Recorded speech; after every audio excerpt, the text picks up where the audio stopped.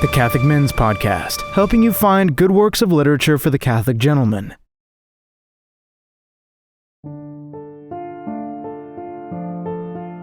I heard the dogs howl in the moonlit night. I went to the window to see the sight. All the dead that I ever knew, going one by one and two by two. On they passed, and on they passed, townsfellows all from first to last, born in the moonlight of the lane, quenched in the heavy shadow again. Schoolmates marching as when we played at soldiers once, but now more staid. Those were the strangest sight to me, who were drowned, I knew, in the awful sea. Straight and handsome folk, bent and weak too, some that I loved and gasped to speak to. Some but a day in their churchyard bed, some that I had not known were dead. A long, long crowd where each seemed lonely, yet of them all there was one only, raised a head or looked my way. She lingered a moment, she might not stay. How long since I saw that fair pale face! Ah, mother dear, might I only place my head on thy chest, a moment to rest, while thy hand on my tearful cheek were pressed. On a moving bridge they made, across the moonstream from shade to shade. Young and old, women and men, many long forgot, but remembered then. And first there came a bitter laughter, a sound of tears the moment after, and then a music so lofty and gay, that every morning, day by day, I strive to recall it, if I may. Lines from the poem A Dream by William Afflingham. 3 Irish Legends, edited by W.B. Yeats. The first story is very uplifting. The other 2, frightening.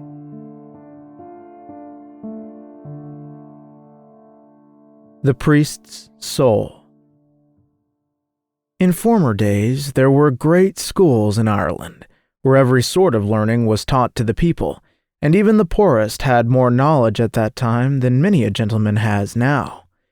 But as to the priests, their learning was above all, so that the fame of Ireland went over the whole world, and many kings from foreign lands used to send their sons all the way to Ireland to be brought up in the Irish schools. Now at this time there was a little boy learning at one of them who was a wonder to everyone for his cleverness. His parents were only laboring people, and of course poor, but young as he was and as poor as he was, no king's or lord's son could come up to him in learning. Even the masters were put to shame, for when they were trying to teach him, he would tell them something they never heard of before and show them their ignorance. One of his great triumphs was in an argument, and he would go on till he proved to you that black was white, and then when you gave in, for no one could beat him in talk, he would turn round and show you that white was black, or maybe that there was no color at all in the world. When he grew up, his parents, father and mother, were so proud of him that they resolved to make him a priest, which they did at last, though they nearly starved themselves to get the money. Now there were no schoolmasters in those times, but it was the priests that taught the people, and as this man was the cleverest in all Ireland, all the foreign kings sent their sons to him, as long as he had house room to give them. So he grew very proud, and began to forget how low he had been, and worst of all, even to forget God, who had made him what he was.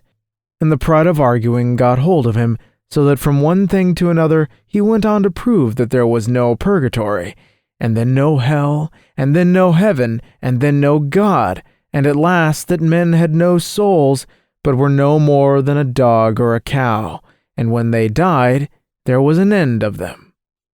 Whoever saw a soul, he would say, if you can show me one, I will believe. No one could make any answer to this. And at last they all came to believe that as there was no other world, everyone might do what they liked in this one, the priest setting the example. Poor boys, they all believed in him, and thought every word he said was the truth. In this way, his notions began to spread about, and the whole world was going to the bad. when one night an angel came down from heaven and told the priest he had but 24 hours to live. He began to tremble and asked for a little more time, but the angel was stiff and told him that that could not be. "What do you want time for, sinner?" he asked. "Oh, sir, have pity on me poor soul," urged the priest. "Oh, no, you have a soul then," said the angel. "Pray, how did you find that out?" "It has been a fluttering in me ever since you appeared," answered the priest. "What a fool I was not to think of it before." "A fool indeed," said the angel. "What good was all your learning when it could not tell you that you had a soul?" "Ah, me lord," said the priest, "if I am to die, tell me how soon I may be in heaven." "Never," replied the angel. "You denied there was a heaven." "Then, my lord, may I go to purgatory?" "You denied purgatory also. You must go straight to hell," said the angel. "But, my lord, I denied hell also," answered the priest, "so you can't send me there either." The angel was a little bit puzzled. "Well," said he, "I'll tell you what I can do for you. You may either live now on earth for 100 years, enjoying every pleasure, and then be cast into hell forever. Or you may die in 24 hours in the most horrible torments, and pass through purgatory, there to remain until the day of judgment. If only you can find some one person that believes, and through his belief mercy will be vouchsafed to you, and your soul will be saved." The priest didn't take 5 minutes to make up his mind. "I will have death in the 24 hours, he said, "so that my soul may be saved at last." On this the angel gave him directions as to what he was to do, and left him. Then immediately the priest entered the large room where all the scholars and the king's sons were seated, and called out to them, "Now tell me the truth, and let none fear to contradict me. Tell me, what is your belief? Have men souls?" "Master," they answered, "once we believed that men had souls, but thanks to your teaching we believe no longer. There is no hell and no heaven and no God. This is our belief, for it is thus you taught us." Then the priest grew pale with fear and cried out, "Listen, I taught you a lie. There is a God, and man has an immortal soul. I believe now all I denied before." But the shouts of laughter that rose up drowned the priest's voice, for they thought he was only trying them for an argument. "Prove it, master," they cried. "Prove it. Who has ever seen God? Who has ever seen the soul?" And the room was stirred with their laughter. The priest stood up to answer them, but no word could he utter. All his eloquence, all his powers of argument had gone from him, and he could do nothing but wring his hands and cry out, "There is a God! There is a God! Lord, have mercy on my soul!" And they all began to mock him and repeat his own words that he had taught them. "Show him to us! Show us your God!" And he fled from them, groaning with agony, for he saw that none believed. And how, then, could his soul be saved? He rushed into the streets and began to ask everyone he met if they believed, but the same answer came from one and all. "We believe only what you have taught us," for his doctrine had spread far and wide through the country. Then he grew half mad with fear, for the hours were passing, and he flung himself down on the ground in a lonesome spot, and wept and groaned in terror, for the time was coming fast when he must die. But then a little child came by. "God save you kindly," said the child to him. The priest started up. "Do you believe in God?" he asked. "Sure, I have come from a faraway country to learn about him," said the child. "Will your honor direct me to the best school they have in these parts?" "The best school and the best teacher is close by," said the priest, and he named himself. "Oh, not to that man," answered the child, "for I am told he denies God, and even heaven and hell, and he says that man hasn't any soul because he cannot see it. But I would soon put him down." The priest looked at him earnestly. "How?" he inquired. "Why," said the child, I would ask him if he believed he had life, and if he did, to show me his life." "But he could not do that, my child," said the priest. "Life cannot be seen. We have it, but it is invisible." "Well, then, if we have life, though we cannot see it, we may also have a soul, though it is invisible," answered the child. When the priest heard him speak these words, he fell down on his knees before him, weeping for joy, for now he knew his soul was safe. He had met one at last that believed. And he told the child his whole story, all his wickedness and pride and blasphemy against the great God, and how the angel had come to him and told him the only way in which he could be saved, through the faith and prayers of someone that believed. "Now then," he said to the child, "watch, for as I die, a living thing will soar up from my body, and then you will know that my soul has ascended to the presence of God. And when you see this thing, make haste and run to my school, and call on all my scholars to come and see that the soul of their master has left the body, and that all he taught them was a lie, for that there is a God who punishes sin, and a heaven and a hell, and that a man has an immortal soul destined for eternal happiness or misery." "I will pray," said the child, "to have the courage to do this work." At last the agony seemed to cease, and the stillness of death settled on his face. Then the child who was watching saw a beautiful living creature with 4 snow-white wings mount from the dead man's body into the air and go fluttering round his head. So he ran to bring the scholars, and when they saw it, they all knew it was the soul of their master, and they watched with wonder and awe until it passed from sight into the clouds.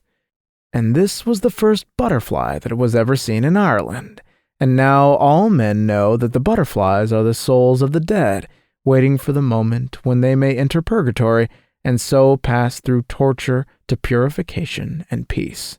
But the schools of Ireland were quite deserted after that time, for people said, "What is the use of going so far to learn, when the wisest man in all Ireland didn't know if he had a soul till he was near losing it himself, and was only saved at last through the simple belief of a little child."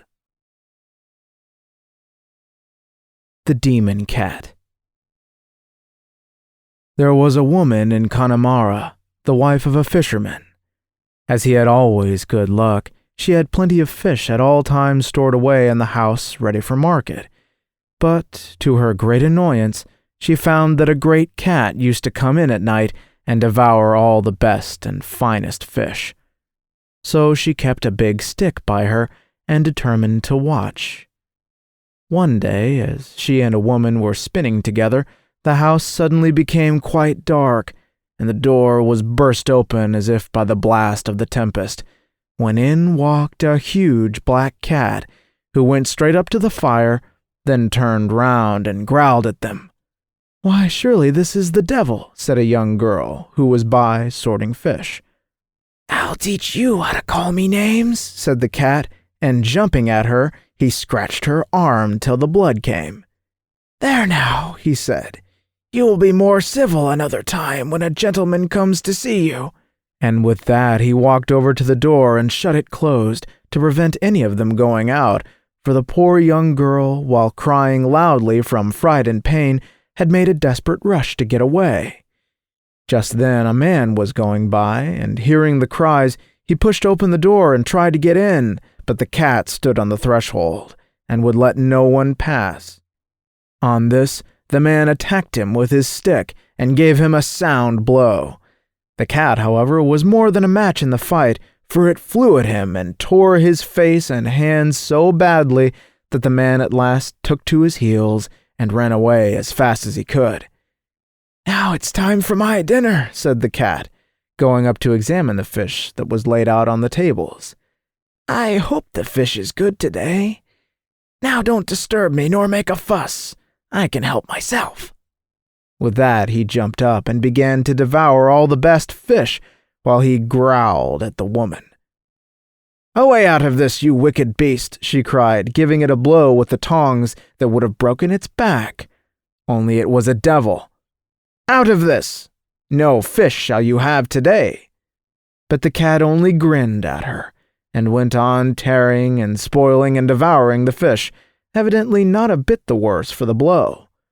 At this, both the women attacked it with sticks and struck hard blows enough to kill it, on which the cat glared at them and spit fire. Then, making a leap, it tore their heads and arms till the blood came, and the frightened women rushed shrieking from the house. But presently the mistress returned, carrying with her a bottle of holy water, and, looking in, she saw the cat still devouring the fish and not minding. So she crept over quietly and threw holy water on it without a word. No sooner was this done than a black, dense smoke filled the place, through which nothing was seen but the two red eyes of the cat, burning like coals of fire. Then the smoke gradually cleared away, and she saw the body of the creature burning slowly, till it became shriveled and black like a cinder, and finally disappeared.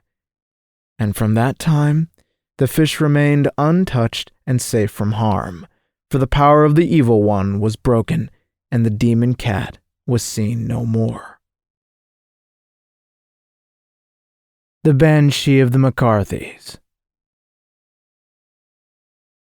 Dear Ellen, as my mother's letter, which encloses this, will announce to you briefly the sad intelligence which I shall relate here more fully, I think it better to go regularly through the recital of the extraordinary events of the last 2 days.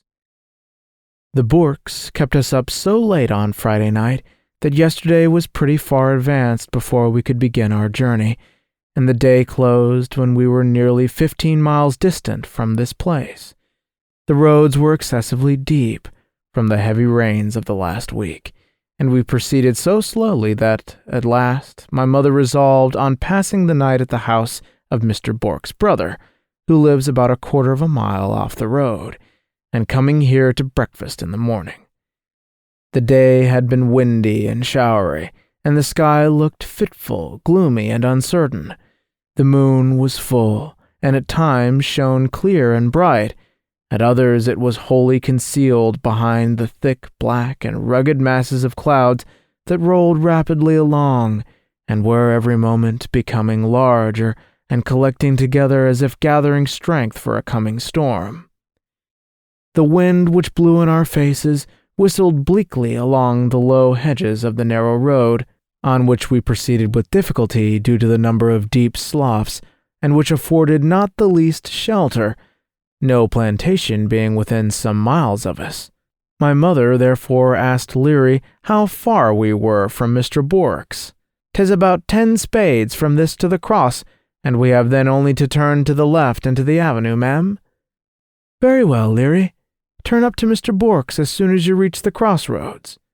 My mother had scarcely spoken these words when a shriek that made us thrill as if our very hearts were pierced by it burst from the hedge to the right of our way.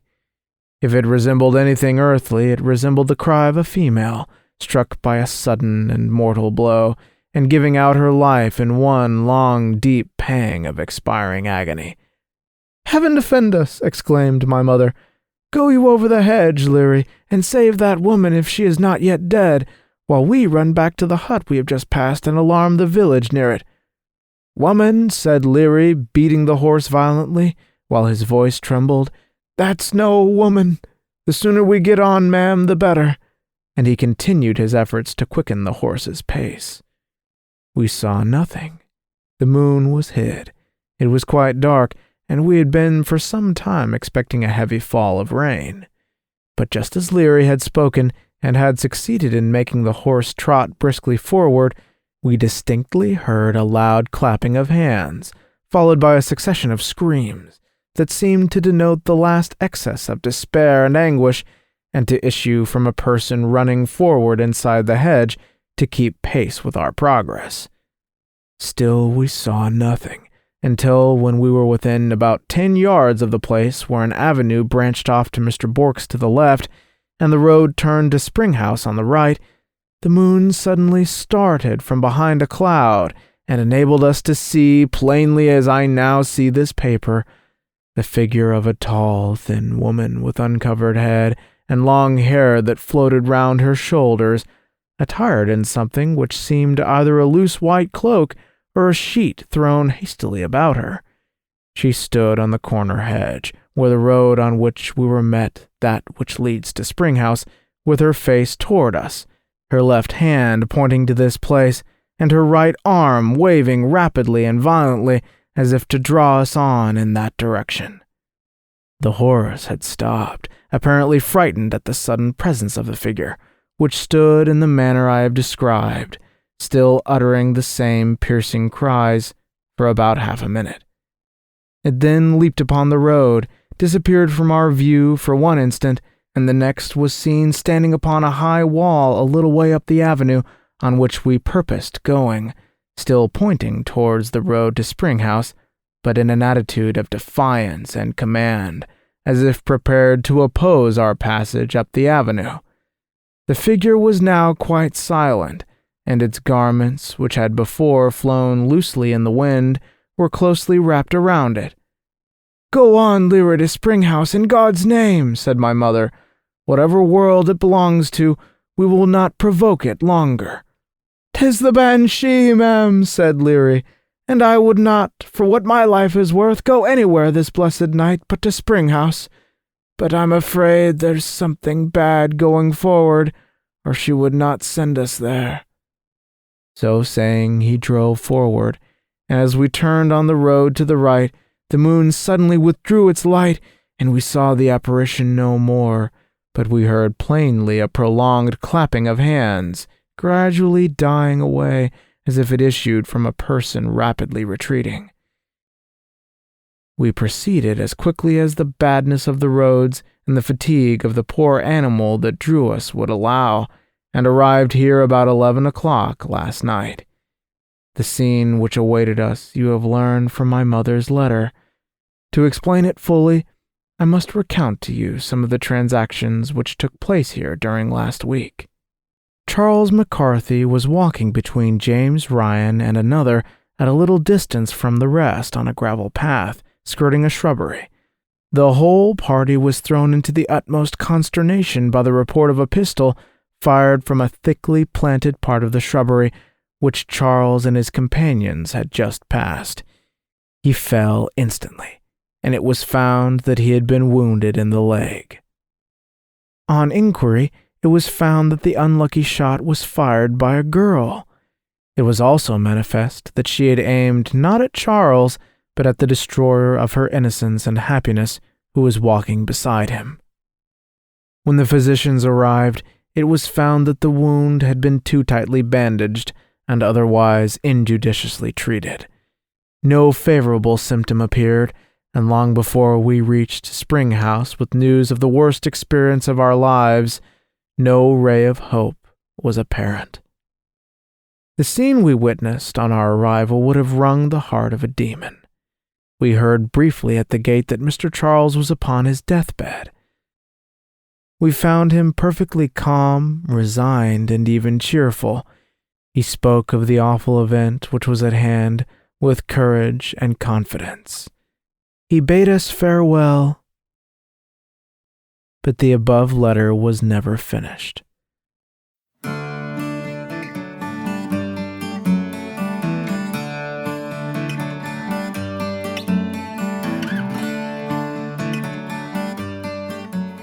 May I just say that these stories, I'm sure, are not representative of the real Catholic Irish legends.